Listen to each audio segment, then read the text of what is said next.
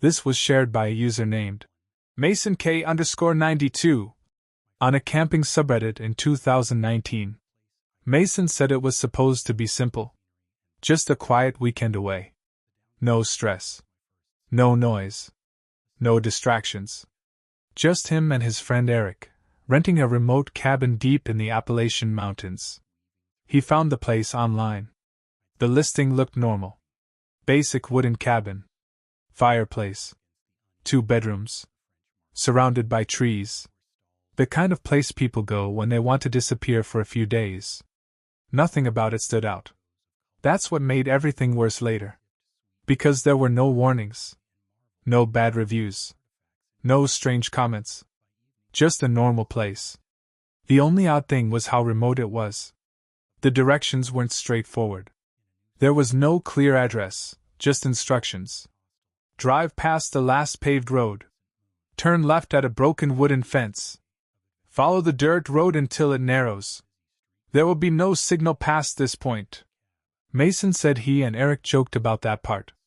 About how it sounded like the start of a horror movie. They stopped joking about an hour later. The drive took longer than expected. The road got narrower. The trees got thicker. Eventually, their GPS stopped working completely. No signal. No map. Just darkness and headlights. By the time they reached the cabin, it was already getting dark. Mason said the first thing he noticed was how isolated it felt. Not just far from people. Disconnected. No distant lights. No sounds of animals. No wind in the trees. Nothing. Just stillness. The cabin itself looked exactly like the photos. That's what made it easy to relax at first. They unloaded their bags. Checked the rooms. Everything seemed normal. 2 bedrooms. Small kitchen. Living room with a fireplace. Old wooden floors that creaked with every step. It felt quiet. But not in a way that immediately scared them. Just different. Then Eric asked something that stuck with Mason later. "Did you lock the back door?" Mason said he paused. Because he didn't remember seeing a back door. They went to check. There it was. At the end of a narrow hallway. Slightly open. Not wide. Just enough to let in a thin line of darkness. Mason felt a small chill run through him. But he ignored it. He closed the door. Locked it.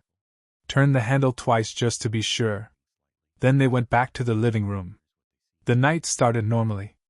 They lit the fireplace. Talked. Drank a little. Laughed. But Mason said something felt off the entire time. Small things. The silence outside never changed. No wind. No animals. Nothing. Even when the fire crackled, the sound felt contained. Like it didn't spread through the room properly. Around midnight, Eric went to bed. Mason stayed up a bit longer. Scrolling through his phone out of habit, even though there was no signal. That's when he heard it. A sound. From the hallway. Soft. Like a step. He looked up. Waited. Nothing. Then it happened again. Another step. Slow. Measured. Mason stood up. At first, he thought it was Eric. Maybe he got up for something. But then he remembered. Eric's room was on the opposite side of the cabin. The sound came again. Closer this time. Mason walked toward the hallway. Each step slower than the last. And then he stopped. The back door was open again. Not just unlocked. Open. The chair nearby hadn't been moved.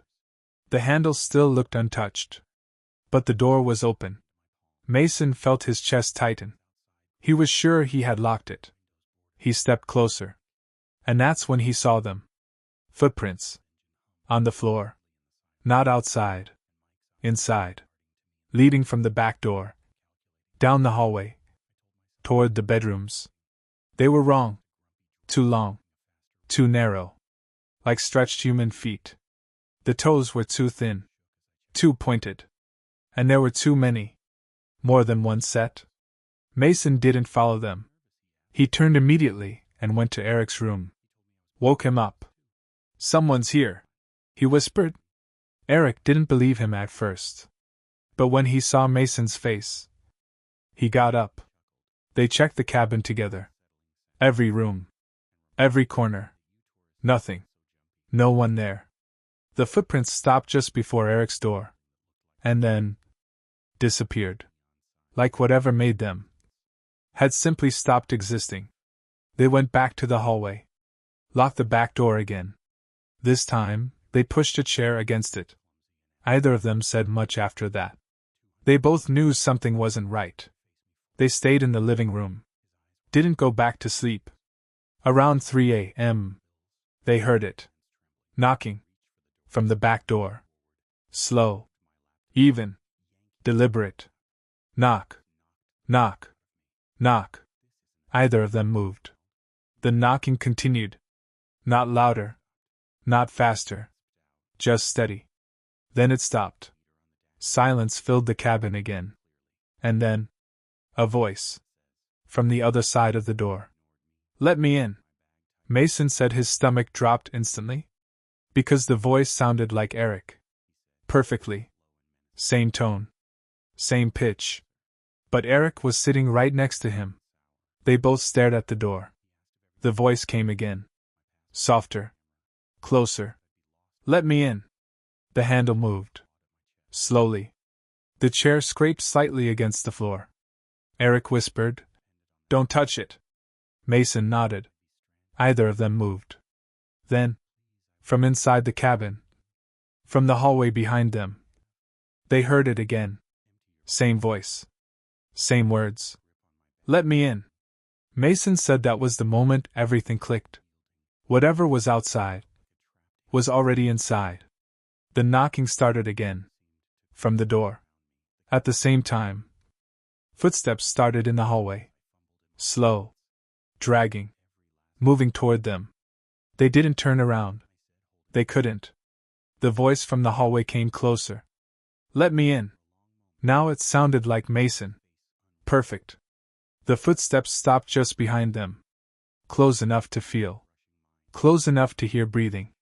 Slow. Deep. Not human. The knocking at the door stopped. Everything went silent. Then, the chair moved. Just slightly. Like something had pushed it from the other side. Mason grabbed it instantly, holding it in place. His hands were shaking so badly he could barely keep his grip. Eric whispered, "Don't let go." The handle turned harder this time.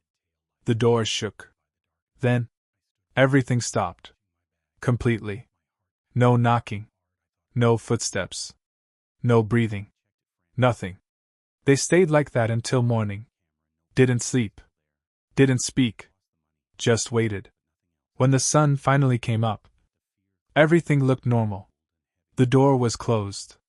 Locked. The chair was still in place. No footprints. No signs of anything. They packed their things immediately. Didn't check out properly. Didn't leave a note. Just left. But before they drove off, Mason said he looked back at the cabin. Just for a second. And in the window, he saw someone standing in the hallway. Watching them. Completely still. And it looked exactly like him. Not almost. Exactly.